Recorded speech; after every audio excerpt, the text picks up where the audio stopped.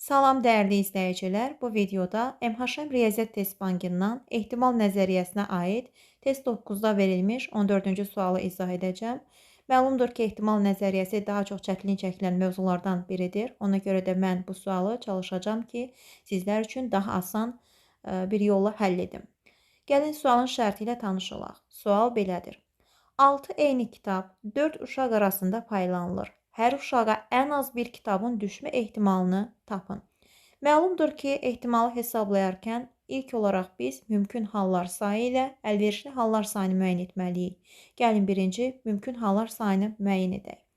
Kitablar eyni olduğu üçün biz hər bir kitabı eyni bir simvolla işarə edək. Tutaq ki, bu çəkdiyimiz dairələr kitabları bizim üçün işarə edir.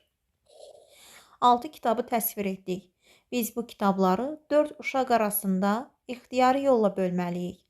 4 uşaq arasında böldüyümüz üçün hər hansı iki dairənin arasında fərqi yoxdur. Yəni qoymağımızdan yerindən asılı olmayaraq fərqi yoxdur. Harda istəyirik qoya bilərik. Sadəcə olaraq 4 uşaq olduğu üçün 3 xətt çəkməliyik. 3 xətt çəkdik və bu dairələri 3 xəttin köməyi ilə 4 hissəyə bölmüşük.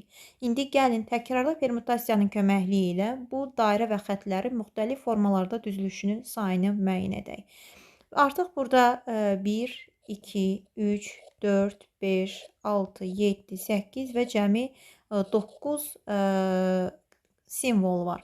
9 simvolu biz 9 faktorial üsulla düzə bilərik. Sadəcə burada simvollardan 6-sı dairə, 3-ü eyni xətt olduğu üçün artıq təkrarlı permütasiya olur ki, bunu da bu şəkildə həll edirik.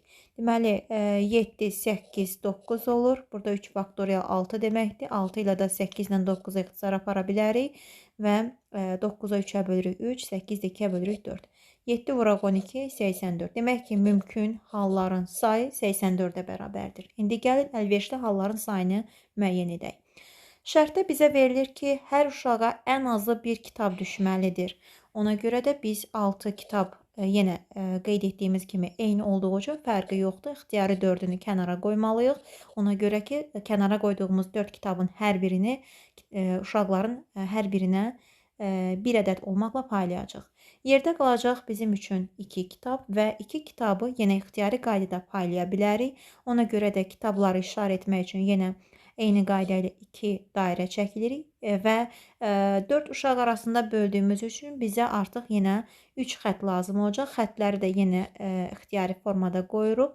Artıq biz burada 4 hissəyə bölmüşük və indi nömrələyək 1, 2, 3, 4 və 5. Görürük ki, 5 simvol var. Ona görə yenə təkrarlı permütasiyadan istifadə edirik. 5 faktorial bölünsün. 2 dairə 3 xəttdir. 2 faktorial vurulsun 3 faktorial. Burada da ixtisar gedir. 4 vuraq 5 və cavabda alırıq 2 vuraq 5, 10. Demək ki, əlverişli halların sayı 10-a bərabərdir. Artıq ehtimalı hesablaya bilərik. Sürətə yazacaq 10, məxrəcə isə yazırıq 84. Və ixtisar aparsaq 2-yə 5, 42-də 5. Cavabımız da məhz 42-də 5-ə bərabərdir.